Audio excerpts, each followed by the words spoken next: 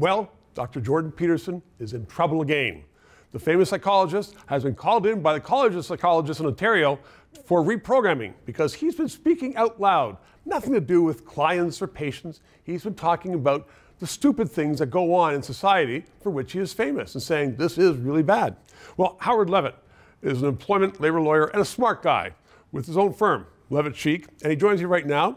Just to be clear here, you have acted for Dr. Jordan Peterson in other matters in the past. I have, in his libel case against Wilfrid Laurier. Right, which is still ongoing. It is. It's going to be a big one. Tell me. It will. But you know disciplinary colleges and yes. You know the colleges in Ontario.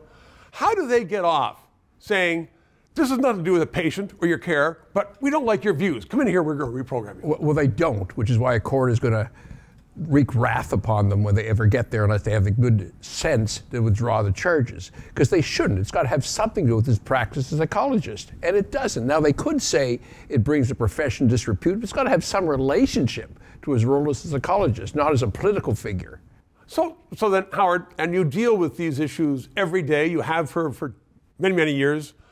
You think the colleges of psychiatrists, they have lawyers and they have smart people, just like the Law Society that tried to clamp down on lawyers a few years ago. Lawyers and smart people.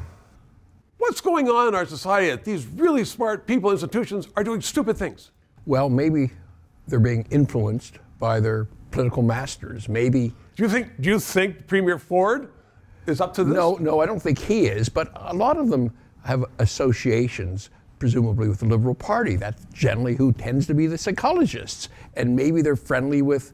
Not that Trudeau's telling them to do it, I don't suspect that for a moment, nor does Dr. Peterson, but they want to incur favor. And that might be as simple as that, or they're lefties and they don't like his political views. They think, let's hammer him now that we've got some complaints. Well, that's it. Maybe they're lefties, because I don't know, I mean, the Liberal Party of or used to be business and lawyers. Not anymore. No, we had too many psychologists. I remember you were there. president. Yeah, well, that's lawyers and businessmen. That's right, once upon a time. When the Liberal Party was liberal, instead of being so far left. But I mean, the point is that these institutions have come out, they're very woke, and an anti-woke guy like Jordan Peterson is in their targets. Is that it? Simple as that? Yes, they're getting complaints, so they say, good.